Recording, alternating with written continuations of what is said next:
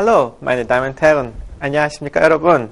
자, 우리 드디어 8과를 배울 차례가 되었습니다. 와, 벌써 8과라니 여러분 실감 나십니까? 그동안 여러분 계속 복잡한 문법사항들 공부하시면서 골치 많이 아프셨죠? 예, 하지만 그것들 여러분 몰라서는 제가 누누이 강조하는 바 절대 앞으로 나갈 수 없습니다. 여러분이 얼마나 그 기초과정을 충실히 공부하느냐에 따라서 여러분이 앞으로 독일어를 계속 공부할 수 있을지 아니면 중간에 돈만 날리고 이 CD만 날리고 포기하게 될지 그게 결정이 됩니다. 독일어는요, 들어가는 단계가 어려워서 복잡하고 어려워서 그렇지 가면 갈수록 일단 기본적인 원리, 명사의 성, 수, 격, 그리고 변화하는 그런 원리만 잘 알고 계시면요, 가면 갈수록 더 쉬워지는 게 독일어입니다. 그렇기 때문에 초반 부분이 다소 어렵더라도 그저 꾹 참고 미련한 소처럼 열심히 공부하십시오. 그러면 언젠가 독일어에 대해서 별로 독일어 어렵지 않구나 하고 이렇게 감이 올 날이 있을 겁니다. hoffentlich. 정말 그런 날이 왔으면 좋겠죠. 예, 오늘 8과 공부하겠습니다. 제목 뭐라고 썼습니까? Ich habe keine Ahnung. 이거 무슨 뜻이죠? Ich habe keine Ahnung. 모르겠는데요. 무슨 뜻이죠? 예, 뜻이 그겁니다. 모르겠습니다. 이런 뜻입니다. Ich habe keine Ahnung. 자, 오늘 8과에서는요, 주로 이 kein에 대해서 중점적으로 공부를 해보도록 하겠습니다. 그 전에 먼저요, 기본적인 동사 몇 개 배우고 가죠. 안다, 모른다를 말할 때 기본적으로 wissen 동사, 알다에 해당하는 말이고요. 같은 말로서는 kennen 이라는 말이 있습니다. 이 kennen 동사, 알다, wissen 동사, 알다 뜻은 둘 다 알다입니다. 그러면 kennen 같은 경우 어떻게 변하는지 한번 볼까요? kennen은요, 기본적으로 규칙 동사에 속합니다. 제가 말할 필요 없겠죠? 자, 이부터 지까지 시작해 보십시오. Ich kenne, du kennst, es kennt, wir kennen, ihr kennt, sie kennen, sie kennen. 안다, 이런 말인데요. kennen 동사 그다지 어렵지 않으실 겁니다. 알다라는 뜻으로 외워두시고요. 문제가 되는 건 바로 이 wissen 동사입니다. wissen. 자, wissen 같은 경우는요, 우리 불규칙 동사 공부했었죠. 불규칙에 해당하는 말입니다. 어떻게 불규칙하는지 한번 같이 볼까요? wissen 동사 기본 동사에 속하기 때문에 반드시 외워두십시오. 우리는 이제까지 불규칙 동사를 공부했을 때 불규칙 동사의 특징이 무엇이었습니까? 다른 건 다 규칙하고 같은데 주로 대부분 do, 너와 as, 그에 해당할 때 변화가 갑자기 불규칙적으로 변화를 해서 불규칙 동사라고 이야기를 했었죠. 자, 그런데요, wissen 같은 경우는 do, 그리고 as가 불규칙인 건 물론이고요. 이시까지도 불규칙에 해당하는 좀 특이한 케이스에 속합니다. wissen 이외에도 몇 가지 불규칙 동사들이 이시에서 약간 불규칙적으로 변하는 게 있긴 한데요. 뭐 많지는 않고요. wissen 그러면 원래대로 하면 어떻게 됩니까? 나는 안다. ich wisse가 돼야 되는데요. 불규칙이 되어서 ich weiss가 됩니다. 너는 안다. du weißt. 그 남자는 안다. er weiss가 됩니다. 어떻습니까? wissen하고 비교해 봤을 때 모양이 꽤나 틀리죠? Ich weiß, du weißt, er weiß. 그러면 wir 같은 경우는 어떻게 됩니까? 규칙하고 똑같아지니까 wir wissen. 너희도 알아야겠죠? ihr wisst. 자, 여기 잠깐 특이하게 제가 썼죠. 이 sz, 뭐하고 뭐가 합쳐져서 된 거라고요? ss가 합쳐져서 됩니다. 그래서 가끔씩 이 ss가 합쳐지는 경우에요. 특히 이 어형에서 이렇게 sz형으로 축약이 되기도 하는데요. 뭐 굳이 이렇게 쓰기 싫다. 그러면 요즘 정서법에 의해서 새로 고쳐진 독일어 정서법에 의해서 이렇게 써도 뭐 상관은 없을 것 같습니다. 자, 그런 다음에 너희들도, 그 사람들도 알아야겠죠? Sie wissen, 당신도 압니다. Sie wissen, 이렇게 됩니다. 특히 중요한 건 이거 세 개, ich weiß, du weißt, es weiß, 안다, 이런 뜻이죠. 그러면 뭐라는 걸까요? 한번 이야기를 만들어 보죠. 자, weißt du das? 한번 물어봅시다. weißt du es? 한번 해보죠. weißt du es? 너 그거 알아? 뭔지는 모르지만 물어본다고 쳐봅시다. weißt du es? 의문문. 항상 주어, 동사에서 동사 주어 어순만 바꾸면 독일어는 바로 의문문이 된다 그랬죠. 끝에 물음표 하나 붙여주시고요. weißt du es? weißt du es? 너 그거 알아? 알면 당연히 ja, ich weiß es가 되겠죠. 하지만 모르게 되면 nein, ich weiß es nicht. Nein, ich weiß es nicht. 라고 말을 하시면 됩니다. 그런데 제가 여기 제목 뭐라 그랬었죠? Ich habe keine Ahnung에 해당하는 건데요. 이 말 역시 모른다 라는 뜻입니다. 이 Ahnung이 그러면 기본적으로 뭐냐고요? Ahnung은 생각이라는 뜻입니다. 자, 그러면 어떤 말에 속합니까? 영어로 치면 I have no idea의 정도에 해당하겠죠. Ahnung, 생각이기 때문에요. 물론 I don't know, I have no idea 같은 말인 것처럼요. 독일어도 동사를 이용해서 모른다라는 말 표현하면요. Ich weiß es nicht, ich weiß es nicht 아니면 명사를 이용해서 모른다 말하게 되면요. Ich habe keine Ahnung, ich habe keine Ahnung 이렇게 말할 수 있겠죠. 예, 기본적으로 이렇게 말해주면 되고요. 자, 오늘은 그러면 다시 우리의 주제인 카인에 대해서 공부를 해보도록 하겠습니다. 여러분, 기본적으로 독일어 부정법을 만들 때 독일어에서 어떤 말을 부정, 아니다, 그런 거 안 된다 라고 말했을 때 어떤 말로 우리는 지금까지 부정을 해왔습니까? 아까 ich weiß es nicht에서 봤었던 것처럼 nicht, 영어의 not에 해당하는 nicht를 써서 부정을 계속 해봤죠. 예를 들어서 ich bin groß. 크다. Ich bin groß. 나 키가 큽니다. 이런 말이 있는데요. 난 키가 크지 않습니다 하게 되면 그냥 간단하게 nicht를 여기에다 쏙 집어넣어서 ich bin nicht groß. Ich bin nicht groß 하게 되면 나는 크지 않습니다. 이렇게 말할 수가 있었습니다. 그러면 이 카인은 어떻게 이 문장을요.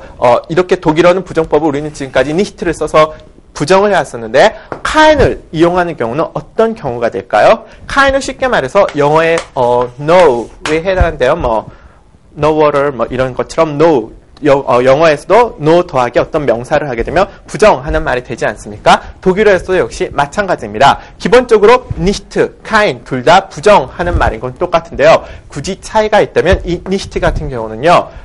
기본적으로 동사를 부정하는 경우 nicht를 써서 부정하시면 됩니다. 하지만 명사를 부정하시는 경우는요. 주로 kein을 쓰게 됩니다. 다른 예문을 하나 들어볼까요? Ich bin Frau. Ich bin eine Frau. 나는 여자입니다. 이런 말을 예를 들어보게 되면요. Ich bin eine Frau. 만약에 나는 남자니까 여자가 아니지 않습니까? 이런 경우를 부정하게 되면요. nicht를 써서 Ich bin nicht Frau. 이렇게 말씀하셔도 됩니다. Ich bin nicht Frau. 이렇게 말씀하셔도 맞고요. kein을 써서 이 말을 똑같이 해보겠습니다. 그러면요. Ich bin keine Frau. 아까 우리가 예문으로 들었던 Ich bin nicht groß 같은 경우는요. 이 경우에는요. kein을 써서 이 문장을 바꿀 수가 없습니다. 왜냐면요. 제가 아까 설명했던 것처럼 이 nicht 같은 경우는 주로 동사를 부정하는 말이기 때문에 동사는 부정할 수 있지만 아까 이 kein은 뭘 부정한다 그랬었죠? 명사를 부정하는 말이라 그랬죠? 이 문장에서 명사가 있습니까? Ich bin nicht groß. 명사에 해당한 말이 없죠? 이 groß는 형용사에 해당하는 말이니까요. 그렇기 때문에 이 문장은 이것처럼 kein을 통해서 기본적으로 바꿀 수가 없습니다. 항상 kein은요. 어떤 말을 부정하는 말이기는 하지만 반드시 뒤에 그 부정할 수 있는 명사가 와야 된다는 말입니다. 이렇게 Ich bin keine Frau. 이 Frau는 명사에 해당하기 때문에 이 kein을 써서 그대로 바꿀 수가 있는 거죠. Ich bin keine Frau. 자, 그러면요. 한번 kein에 대해서 좀 더 깊게 살펴보도록 하겠습니다. 여기까지 이해가 되시는지 잘 모르겠네요. 이해가 되시기를 정말 개인적으로 바라면서 kein에 대해서, kein이 가진 기본적인 성질에 대해서 공부를 해보겠습니다. 여러분 기본적으로 여기에서 kein을 설명하기 전에요. 제가 ein인 부정관사류 잠깐 복습하고 넘어가겠습니다. ein, 부정관사. 여러분 변화형 지금쯤 머리에 완벽하게 들어있어야 됩니다. 자, 시작해 보십시오. ein부터 시작. ein, eines, einem, einen, eine, einer, einer, eine, ein. 이거 기억하시죠?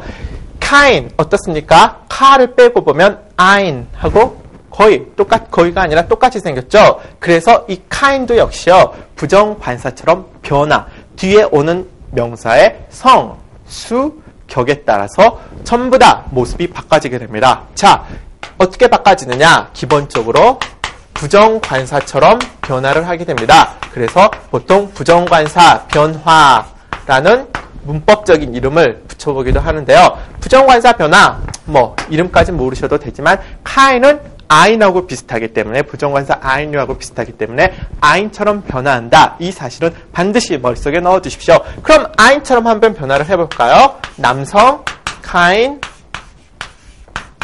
kindness, kindnem, kindnen. 여성 kindne,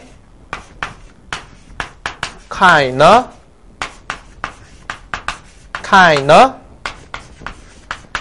kindne. 중성 kind, kindness, kindnem, kind. 자, 어떻습니까? 기본적으로 부정관사 그 변화형과 똑같이 일치하되 앞에 카만 들어가고만 다르죠. kind, kindness, kindnem, kindnen, kindne, kindner, kindner, kindne, kind, kindness, kindnem, kind. 부정관사를 쉽게 지금 줄줄줄 외울 수 있는 분은 만 붙여서 kind도 그만큼 쉽게 입에서 나오는 걸 경험하실 수 있을 겁니다. 그렇기 때문에 제가 복습이 중요하다고 누누이 말씀을 드렸죠. 독일어는요, 이렇게 하나 기본적으로 부정관사, 정관사 변화만 잘 알고 계셔도요, 그 밖에 이렇게 조금 더 심화된 문법 같은 경우는요, 굉장히 쉽게 부수적으로 외울 수 있는 경우가 많습니다. 그만큼 이렇게 꽈배기가 틀어진 것처럼 문법 사이에 서로 긴밀한 연관성이 있기 때문에 여러분께서 제가 앞과에서 배웠던 거 기본적인 문법상 꼭 외워두십시오. 누누이 강조했던 이유가요, 기본적으로 그 바탕이 되어 있지 않으면 이렇게 조금 그와 연관된 심화된 문법을 여러분이 다시 어차피 그걸 보시면서 공부를 하셔야 되기 때문에 나중에 다시 처음으로 돌아가서 허겁지겁 하시느니 그때마다 나올 때마다 외우라고 제가 누누이 말씀을 드렸던 겁니다. 자, 그런데요, 부정관사 다른 점이 하나가 있습니다. 기본적으로 부정관사는 어떻습니까? 막연한 하나라는 것을 의미하기 때문에 복수형이 존재했습니까? 존재하지 않았습니까? 존재하지 않았죠. 남성 ein, 여성 ein의 중성 das만 존재했습니다. 하지만 kind 같은 경우에는요, 부정관사에서 출발은 했지만 기본적으로 막연한 하나를 나타내는 뜻은 없기 때문에 부정관사와는 달리 kind는 복수형 또한 존재하게 됩니다. 그러면요, kind는 부정관사에서 출발을 했다 그러는데 복수형이 되게 되면 부정관사에는 복수형이 없는데 그러면 어떤 어미를 빌려다 쓰면 될까요? 부정관사가 아니면 우리가 어미를 빌려다 쓸 수 있는 게 정관사밖에 없겠죠. 그래서 복수의 경우에는 특별하게 정관사 복수어미인 der, den, die를 갖다 씁니다. 자, 남성 정관사 다시 한번 말 나온 김에 해봅시다. der, des, dem, den, die, der, die, das, des, dem, das. 그 다음 복수 die, der, den, die 어미를 붙여서요, die에 해당하는 거 kind, 네, 어미를 갖다 붙여주고요. der에 해당하는 kindner, den에 해당하는 kindnen, die에 해당하는 kindne. 복수어미 일격 die, der, den, die. 어떻습니까? 지금 뒤에 있는 어미를 살펴보면 die, der, den, die. 그 복수어미, 정관사 어미가 그대로 갖다가 붙여져 있는 걸 아실 수 있을 겁니다. 복수는 항상 정관사에서 차용해둔다. 이거 머리에 두시고요. 다시 한번 보겠습니다. kind, kindness, kindnem, kindnen, kindne, kindner, kindner, kindne, kind, kindness, kindnem, kind, kindne, kindner, kindnen, kindne가 됩니다. 그러면 기본적으로 제가 이렇게 16개 적었는데요. 이걸 어떻게, 어디다가 도대체 활용을 하면 될까요? 제가 아까 말씀드렸죠. 뒤에 오는 명사의 성, 수, 격에 따라서 명사의 성수격, 제가 누누이 강조드렸던 기본 중에 기본이었죠. 뒤에 오는 명사의 성수, 격에 따라서 여기 뒤에 있는 이 16가지 중에 하나를 갖다가 붙여 쓰시면 됩니다. 그러면 구체적으로 어떻게 붙여줄 수 있는지 한번 봅시다. 먼저 제목을 한번 보시죠. Ich habe keine Ahnung 하게 되면 Ahnung 같은 경우는 여성이 되고요. 생각이란 뜻을 갖고 있습니다. 여러분 이 어미 보시면 우, 엔, 게, 그래서 무슨 하고 끝나고 있는데요. 이렇게 웅으로 끝나는 말들은 대부분이 여성 명사에 속하는 경우가 많습니다. 아, 그리고 말 나온 김에 이 말, 블루메. 제가 많이 쓰인 단어 블루메 같은 경우도 에로 끝났죠. 기본적으로 이렇게 에로 끝나는 말들도요, 여성인 경우가 굉장히 많습니다.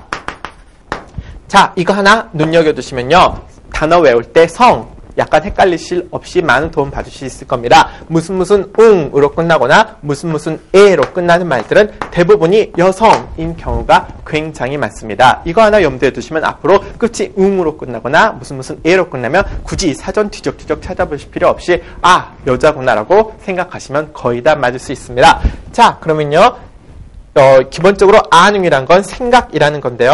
haben 동사가 왔으니까 당연히 여성 왔으니까 뒤에 격은 몇 격이 와야 될까요? haben, 뭐뭐치, 1격, 뭐뭐의, 2격, 뭐뭐에게, 3격, 뭐뭐칠, 4격. 어떤 것이 와야 됩니까? 가졌다라는 뜻이 기본적으로 있으니까요. 뭐뭐을를 가졌다 와야겠죠. 그러니까 여기에는 당연히 4격이 오게 됩니다. 4격, 여성 4격의 단수 명사가 되니까 여성 4격을 이 표에서 찾아보시면 여성 1격, 2격, 3격, 4격. 어떻습니까? 카이네가 짠 하고 숨어있죠. 카이네. 그래서 이 카이네를 그대로 갖다 주셔서 ich habe keine Ahnung. 만약에 꽃이 없습니다 하게 되면 ich habe eine Blume. 저는 꽃 한 송이가 있습니다. 이런 말인데요. 저는 꽃이 없습니다. 이러면 ich habe 꽃을 갖고 있지 않습니다. 이러면요, ich habe 역시 여성 사격이기 때문에 똑같이 keine 갖다 쓰셔서 ich habe keine Blume 이렇게 말씀하시면 됩니다. 그러면 여성 명사 말고 다른 것도 한번 볼까요? 예를 들어서 Ich habe Bruder. Bruder 뭔지 기억나십니까? 예, 형제, 남동생, 오빠, 형, 기타 등등 형, brother에 해당하는 말이죠. Bruder 하게 되면 나는 형제가 한 명 있습니다. 이렇게 말을 하게 되면요, 여기 어떻게 될까요? 부정관사 사격, ich habe 뭐가 오죠? Bruder 같은 경우는 당연히 남자고 사격이 오니까 ich habe eines, einen이 들어서 ich habe einen Bruder 이렇게 말하시면 되겠죠. 그러면 만약에 나는 형이 없습니다 라고 말을 하게 되면 어떻게 될까요? Ich habe einen 대신에 어떤 말을 갖다 쓰면 될까요? 여기 있는 kein에서 찾아주면 되겠죠. kein 남성 사격이 되니까 어떤 말이 옵니까? kein, keines, keinem, keinen 짠! 예, keinen 화려한 등장입니다. keinen을 그대로 갖다 쓰시면 됩니다. Ich habe keinen Bruder 하게 되면 나는 형제 없습니다. 이런 말입니다. 그러면 중성도 나온 김에 하나 배워볼까요? Ich habe Auto 라는 말을 해볼까요? Ich habe Auto. Auto 뭐였죠? 자동차라는 의미였었죠. 자동차 성이 뭡니까? 중성이었죠. Das Auto. 자, 중성 몇 격이 와야 되죠? 당연히 haben 동사이기 때문에 4격이 와야 되겠죠. 나는 차 한 대가 있습니다. 그러면 어떻게 말하죠? 중성 ein, eines, einem, ein 해서 여기 ein을 붙여주시면 나는 차 한 대가 있습니다. 이런 말이 되는데요. 나는 차가 없습니다. 이런 말이 오게 되면 어떻게 될까요? 예, kein을 이용해서 말하시게 되면 kein, keines, keinem, kein 해서 여기 ich habe kein Auto 하게 되면 나는 차가 없습니다. 이런 뜻이 됩니다. 이해 가십니까? 과연 kein이 있는지 예, 여기 kein이 또 등장을 했습니다. 기본적으로 kein을 활용하시는 법은요, 이렇게 그 문장 가운데에서 이 명사의 성, 수, 격에 따라서요, 여기 일격 카인, 남성 일격 카인부터 복수 사격 카인네까지 16개 중에서 그 상황에 맞는 성, 수, 격을 찾아서요, 그만큼 딱딱딱 붙여주시면 됩니다. 여러분, 그런데 어떤 문장을 여러분이 뭐 쓰는 것도 아니고 만약에 말로 해야 되는 경우, 머릿속에서, 아, 여기 오는 건 뭐 남성이고 남성 3격이니까 카인, 카이네스, 카이넴, 아, 카이넨이 와야겠구나. 아니면 뭐 중성 4격이니까 카인, 카이네스, 카이넴, 카인이 와야겠구나. 이렇게 해서 머릿속에서 하나하나 세시다 보면 어떻습니까? 눈만 껌뻑껌뻑 꿀먹은 벙어리 형상이 되기 쉽죠. 그렇기 때문에 여러분 치게만 하면 바로 카인엔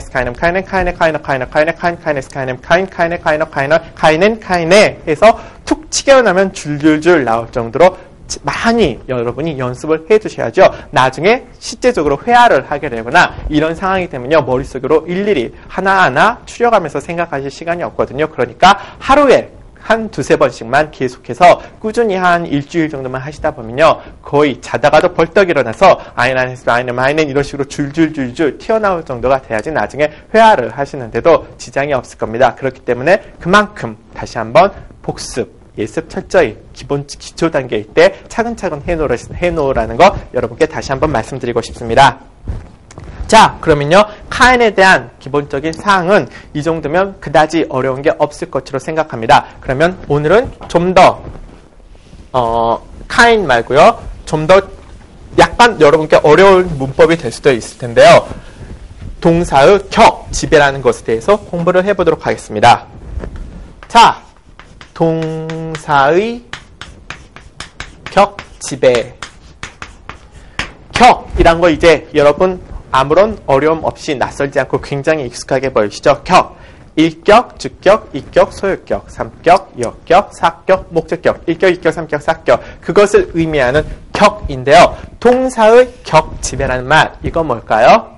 예, 기본적으로 동사의 격, 지배라는 말은요, 어떤 동사들은 특별하게 반드시 삼격하고만 결합하는 동사가 있고요, 어떤 동사들은 기본적으로 사격하고만 결합하는 동사들이 있습니다. 이 동사들을 가지고 삼격하고만 결합한다. 그래서 삼격 지배 동사, 사격하고만 결합한다. 그래서 사격 지배 동사라는 약간 어려운 문법적인 이름을 붙여기는 했는데요. 기본적으로 어려울 건 전혀 없습니다. 쉽게 말해서 어떤 동사는 삼격하고만 쓰이고 어떤 동사는 사격하고만 쓰인다. 이렇게 머릿속에 넣어주시면 됩니다. 기본적으로 이 격 지배라는 말은요, 동사에만 국한된 문제가 아닙니다. 앞으로 여러분이 배우게 되실 전치사라든지 형용사, 이 부분에서도 역시 격지배라는 말이 나옵니다. 오늘 격지배 처음 나왔는데요, 동사의 격지배 잘 공부해 두시면요, 나중에 형용사의 격지배, 그리고 다른 전치사의 격지배까지 잘 이해하실 수가 있습니다. 기본적으로 격지배를 다룰 때는요, 삼격지배냐 사격지배, 일격이나 이격은 고려 대상에서 제외가 되고요, 삼격지배냐 아니면 사격지배냐 하는 것만 알아주시면 됩니다. 다시 한번 말씀드리겠습니다. 삼격지배 어떤 뜻이라고요? 항상 삼격하고만 쓰인다. 쉽게 말해서 누구누구에게 해당되는 말만 쓰인다는 거겠죠. 삼격 부정관사만 한번 외워볼까요? I'm, I know, I am 하고만 쓰이고요. 사격 지배 동사란 무엇이냐? 어떠한 경우든지 반드시 사격하고만 쓰인다. 사격 지배 정관사 한번 외워볼까요? them, then, the, das, the. 아시겠습니까? 기본적으로 머릿속에 개념은 그 정도로만 그려놓으시고요. 자, 그러면 동사의 격지배 좀 더 구체적으로 살펴보도록 하겠습니다. 우리가 격지배를 공부하기 전에요, given 이라는 단어 기억나세요? given. given 뭡니까? 영어의 give 동사에 해당하는 말이었죠. 누구누구에게 무엇을 주다. given 하게 되면 주다라는 이 뜻 이외에 여러분 머릿속에 전광석가처럼 퍽 하고 떠오르는 사실이 있어야 됩니다. 뭡니까? 바로 given은 불규칙 동사다. 이것 불규칙 동사할 때 제가 예시로 들었던 동사입니다. 물론 슬렁슬렁 보신 분들은 저게 웬 뚱딴지 같은 소린가 껌뻑껌뻑 지금쯤 보고 계실 텐데요. 자, 아직 그런 껌뻑껌뻑 자기가 본다고 느끼시는 분들은요, 빨리 동사의 불규칙을 펴보시고 계속 이 CD 보시기 바랍니다. given 어떻습니까? do에서 어떻게 변했었죠? 이시에서는 give 똑같습니다. do에서는 gibst, air에서는 gift, do gibst, air gift. 네가 준다, 그가 준다, 이런 말이었는데요. given 하게 되면 우리나라 말로도 누구누구에게 무엇을 주다, 이렇게 우리나라 말에서도 풀이가 되죠. 에게, 독일어는 이 에게에 해당하는 부분이 몇 격이 됩니까? 3격이 되게 되고요. 무엇을에 해당하는 부분은 몇 격이 됩니까? 4격이 되죠. 그러면 한번 줘보죠. 그 남자가 air gift 줍니다. 뭘 줄까요? mir, 돈을 준다고 해보죠. Geld, gibt mir Geld. Geld는 좀 얘가 좋을 것 같지 않네요. eine Blume. Blume 또 나왔습니다. 다른 동사 한번 써볼까요? 자, er gibt mir eine Blume. 그 남자가 줍니다. 나에게 꽃을 줍니다. 에게에 해당하는 부분, 삼격이 왔었죠? 인칭대명사 여러분 기억나시죠? 인칭대명사 삼격, 나에게, ich, mir, mich. 어떤 것이 와야 됩니까? 나에게니까 당연히 mir가 와야겠죠? 그래서 er gibt mir. 자, 뒤에 오는 건 무엇을 주다 하니까 Blume, 여자죠? 여성 사격, 무엇을 주다. 여성 사격이니까 eine, eine 해서 eine가 왔습니다. Er gibt mir eine Blume. 예, 기본적으로 geben 같은 경우는 누구누구에게 무엇을 준다. 삼격, 사격에 온다는 말 이해가 되십니까? 다른 거 예를 하나 들어볼까요?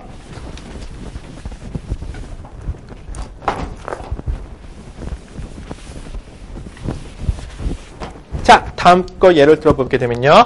schreiben 한번 볼까요? schreiben, 이것도 우리가 이미 배웠던 동사죠. 어떤 말입니까? schreiben, 무엇을 쓴다. schreiben, 규칙동사입니다. 그러면 내가 한번 써보죠. ich, 나는 씁니다. schreibe, 우리나라 말에서도 schreiben은 어떻습니까? 누구누구에게 무엇을 쓴다, 적는다 이런 말이 되죠. 누구누구에게 무엇을 쓴다. 뭐 편지밖에 쓸 게 없겠죠. ich schreibe, 누구한테 편지를 보낼까요? 그 여자한테 한번 보내보죠. ihr, 편지 뭐였죠? brief였죠. einen brief. Ich schreibe ihr einen brief라는 말이 되게 됩니다. 자, 이 문장도 한번 보시게 되면요. 누구누구에게 해당하는 부분은 독일어에서 몇 격입니까?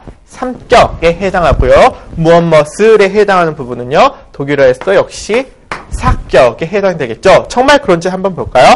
Ich schreibe, 여기까지는 어려운 거 없으시죠? 그 여자에게 라는 말이 되는데요. 그 여자, 인칭 대명사변은 어떻게 됐었죠? 그 여자, sie, 그 여자에게, ihr, 그 여자를 sie 하게 됐었는데요. sie, ihr, sie니까 그 여자에게는 당연히 ihr 와가지고 여기 3격이 와게 됐죠.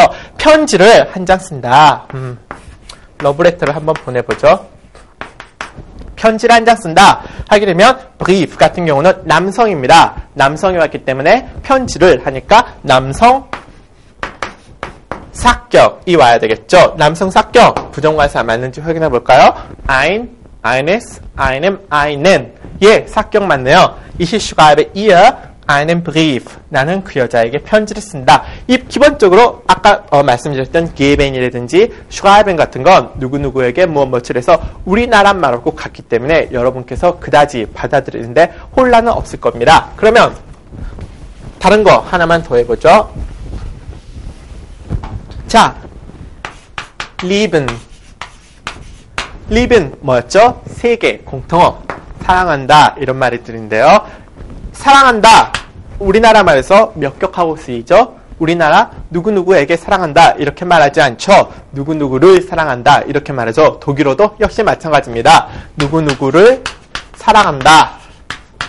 혹은 무엇을 굉장히 좋아한다 이런 뜻으로 우리나라 말에서도 을류가 쓰이는 것처럼 독일어에서 역시 을류로 표현이 됩니다. 독일어 을류에 해당하는 것이 뭐였죠? 예, 사격이었죠. 사격을 이용해서 쓰면 됩니다. 나는 ich liebe sie. 자, ich liebe sie 하게 되면 나는 그녀를 사랑합니다. 그 여자를 사랑합니다. 이런 말이 되는데요. sie, 사격 맞나요? 그 여자가 sie, 그 여자에게 ihr, 그 여자를 sie. 예, 맞네요. 나는 그 여자를 사랑한다 해서 기본적으로 sie 하게 되면 사격이란 것 별로 어려움이 없이 금방 아실 겁니다. 자, 마지막으로 하나 더 antworten 이란 말을 한번 봅시다. antworten, antworten 혹시 기억나십니까? antworten 뭐였죠? 대답하다 이런 말이었죠. 누가 뭘 물어보면 대답하다 이런 말이 되는데요. 우리나라 대답하다 사람하고 한번 쓰이게 되면 어떻게 되죠? 누구누구를 대답한다 이렇게 말합니까? 아니죠. 누구누구에게 대답하다 이런 말 쓰지 않습니까? 독일어 누구누구에게 대답하다 해서 에게에 해당하는 거 독일어로 어떻게 표현할 수 있죠? 삼격을 이용해서 표현할 수 있죠. Ich antworte 그 남자에게 대답한다. 그 남자에게 어떻게 되죠? 그 남자가 er, 그 남자에게 ihm, 그 남자를 ihm이니까요. Ich antworte ihm. 이렇게 하면 나는 그 남자에게 대답한다가 됩니다. 이렇게 해서 기본적으로 여러분 제가 무슨 말 하는지 이해가 되십니까? 저는 지금 우리나라 말 사격이 독일어의 삼격과 우리나라 말의 에게를이 독일어에서는 사격과 그대로 일치한다는 점에 대해서 지금 여러분한테 약간 장황하지만 설명을 드리고 있습니다. 자, 그럼 여기에서 끝이 나느냐? 기본적으로 동사의 격지배라는 말은 개념이 그겁니다. 동사가 우리나라 말에서도 어떤 동사는 에게, 아까 대답하다는 누구누구에게 대답하다. 항상 삼격과 쓰이죠. 독일어 문법처럼 생각해보면요. 우리나라 말 누구누구를 사랑하다는 어떻습니까? 항상 누구누구에게 사랑하다는 말 않죠. 누구누구를 사랑한다는 것처럼요. 항상 독일어 식으로 표현해보면 사격과 쓰이는데요. 기본적으로 대부분 독일어 동사는 우리나라 말이 삼격으로, 우리나라에게면 독일어에서도 삼격으로 가는 경우가 많고요. 우리나라 말에서 사격, 누구누구을이 되게 되면요. 독일어에서도 사격으로 가는 경우가 많은데요. 당연히 제가 지금 말씀드리려는 것은 예외 없는 규칙은 없다고요. 예외라는 것을 여러분께 말씀드리고 싶습니다. 어떤 것이 있느냐? 가장 기초 단계에서 여러분이 알아두셔야 될 동사가 바로 이 단어입니다. helfen. 무슨 말입니까? helfen. 누구누구에게 도와주다, 누구누구를 도와주다 이런 말인데요. helfen 같은 경우는요. 먼저 helfen, 도와준다라는 거 머릿속에 넣어주시고요. 불규칙 동사입니다. 내가 돕는 건 이 helf인데요. 원래 do는 어떻게 되죠? do에서 쓰려면 규칙대로라면 helps가 돼야 되겠죠. do helps. 근데 불규칙이기 때문에 helps가 아니고요.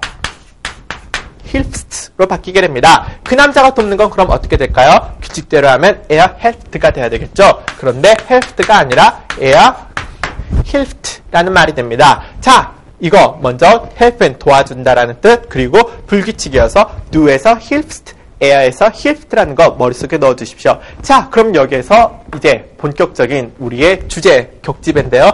help은 우리나라 말에서는 어떻게 쓰죠? 나는 누구누구를 돕는다. 을르라고 같이 쓰게 되죠. 나는 누구누구를 돕는다. 하지만 독일 사람들은 어떻게 말을 하냐? 나는 누구누구에게 도움을 준다 라는 식으로 해가지고요. helfen 동사를 항상 삼격으로 결합해서 씁니다. 이해가 되십니까? 우리나라 말에서는 누구누구를 돕는다 라고 표현을 해서 우리나라 말에서는 사격인데요. 독일어에서는 누구누구를 돕는다 하지 않고요. 누구누구에게 돕는다, 누구누구에게 도움을 준다. 그래서 항상 삼격이 온다는 말입니다. 구체적으로 어떻게 되느냐? 나는 그 남자를 돕는다 라는 말을요. 독일어로 해보면요. Ich helfe. 우리나라 개념으로 생각하면 나는 그 남자를 돕는다니까 er, ihm, in이 되어서 여기에가 in이라는 말이 와 될 것 같죠? 하지만 아닙니다. 왜? helf는 항상 독일 사람들은 삼격, 누구누구에게 돕는다, 누구누구에게 도움을 준다 이런 식으로 표현하기 때문에요. 우리나라 말처럼 이렇게 in하게 그 남자를 이라는 말을 쓰시면 안 되고요. 그 남자에게 해당하는 im을 써서 ich helfe ihm, ich helfe ihm 이런 식으로 해주시면 됩니다. 다른 말 하나 볼까요? 너는 나를 돕는다. Du hilfst. 우리나라 말 어떻습니까? 너는 나를 돕는다니까 ich, mir, mich. mich가 와야지 우리나라 개념으로 보면 맞죠? 하지만 독일 사람들은 너는 나에게 돕는다, 나에게 도움을 준다 해서 삼격으로 표현하기 때문에요. Du hilfst mich 하시면 안 되고요. 삼격인 Du hilfst mir.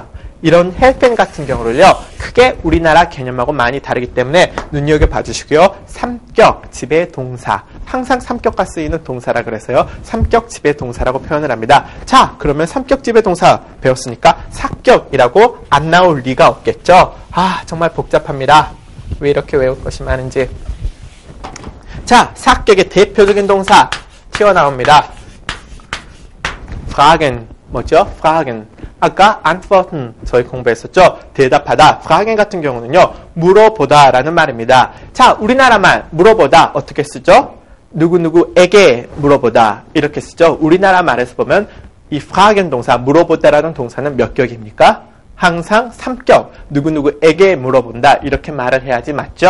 하지만 독일어는요, 이 물어본다라는 말이 항상 4격과 쓰입니다. 그 말은 뭐냐? 우리나라 말은 누구누구에게 물어본다가 맞는데 독일 말처럼 표현을 하자면 누구누구를 물어본다. 아, 굉장히 이상하게 들리죠? 나는 그를 물어본다. 나는 그녀를 물어본다. 우리나라 말처럼 나는 그녀에게 물어본다. 나는 그 남자에게 물어본다가 아니고요. 나는 그를 물어본다. 나는 그녀를 물어본다. 항상 4격과 함께 쓰이는 4격 지배 동사가 됩니다. 그러면 구체적으로 한번 볼까요?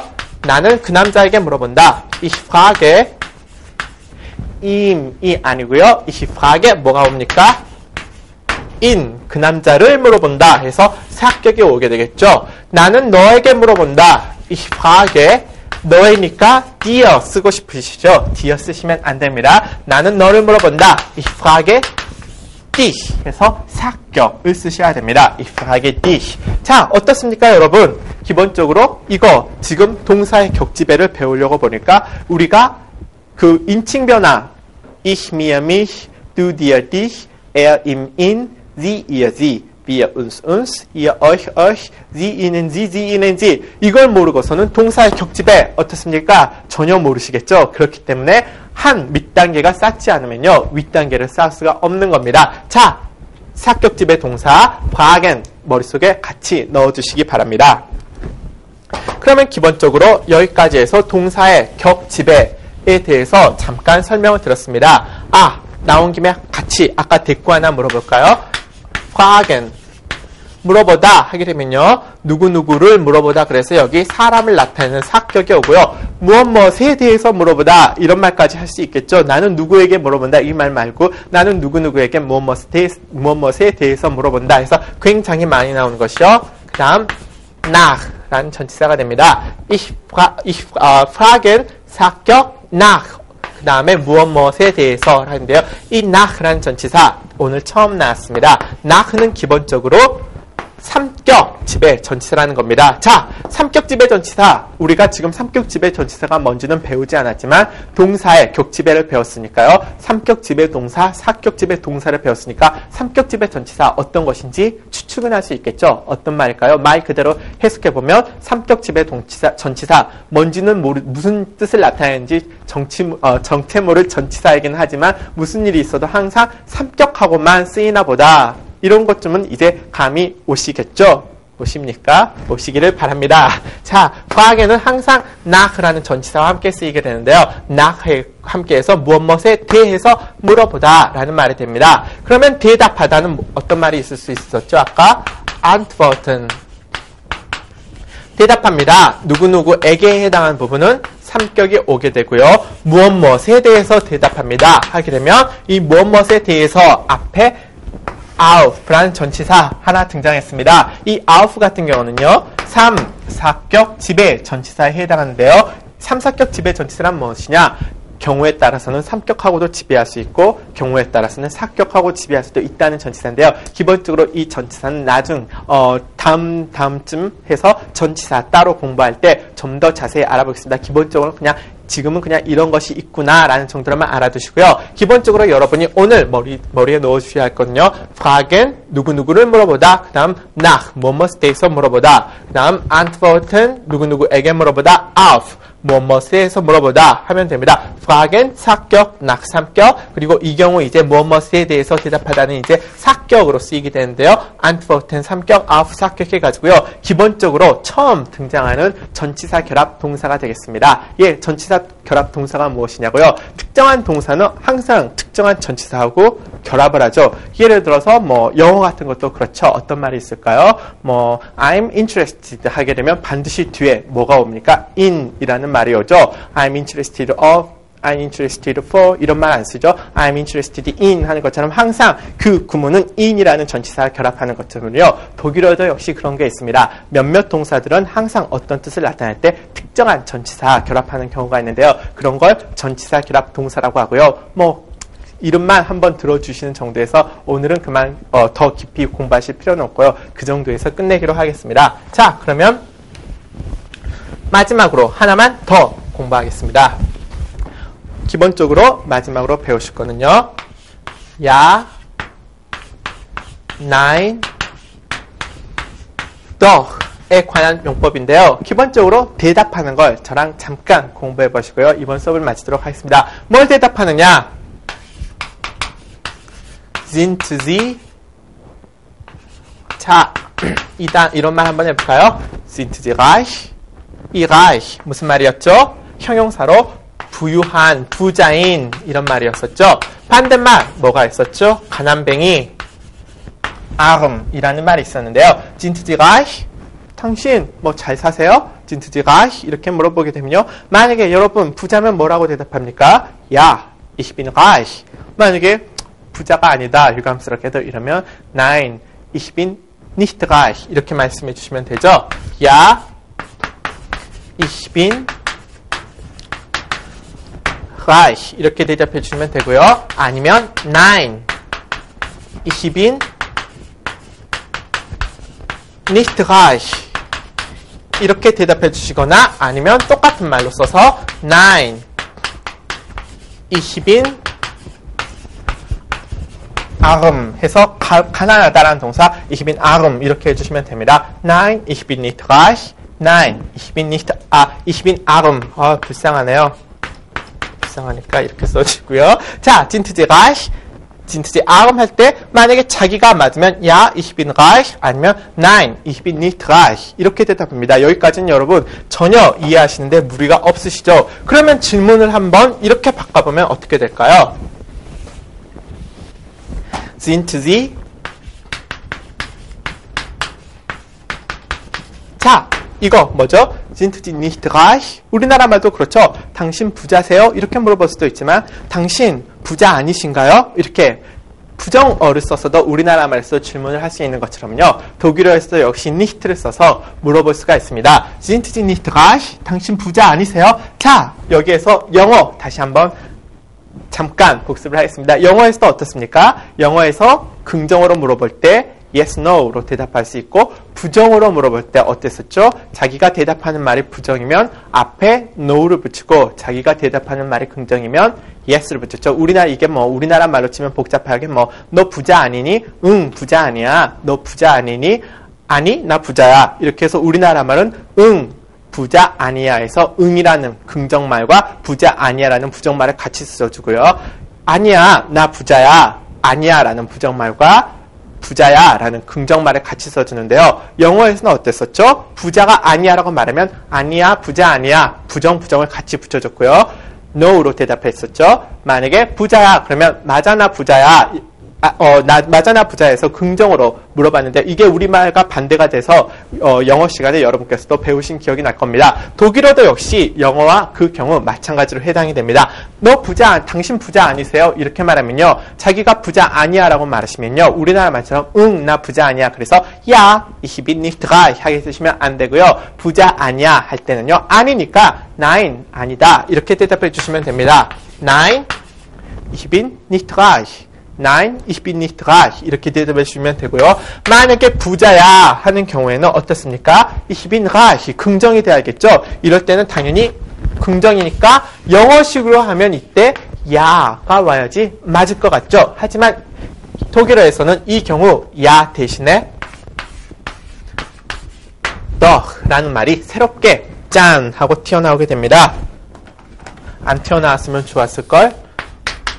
짠 하고 먹고 살겠다고 또 그가 튀어나왔네요. 기본적으로 보시게 되면요. 그러니까 다시 한번 정리해드리면요. 당신 부자 아니세요? 그러면 부자 아니에요. Ich bin nicht reich 라고 대답해 주시면요. Nein, ich bin nicht reich 이렇게 말씀하시면 되고요. 만약에 부자야 그러면요. Ich bin reich 라고 대답하고 싶으면 영어처럼 야를 붙이시면 안 되고요. 이 경우에는 doch라는 말을 붙이셔서 doch, ich bin reich 나 부자입니다. 이렇게 말씀을 해주시면 됩니다. 이것만 염두해 주시면요. 기본적으로 ja, nein, doch에 관한 기본적인 그런 인식은 여러분께서 섰을 것이라고 생각이 됩니다.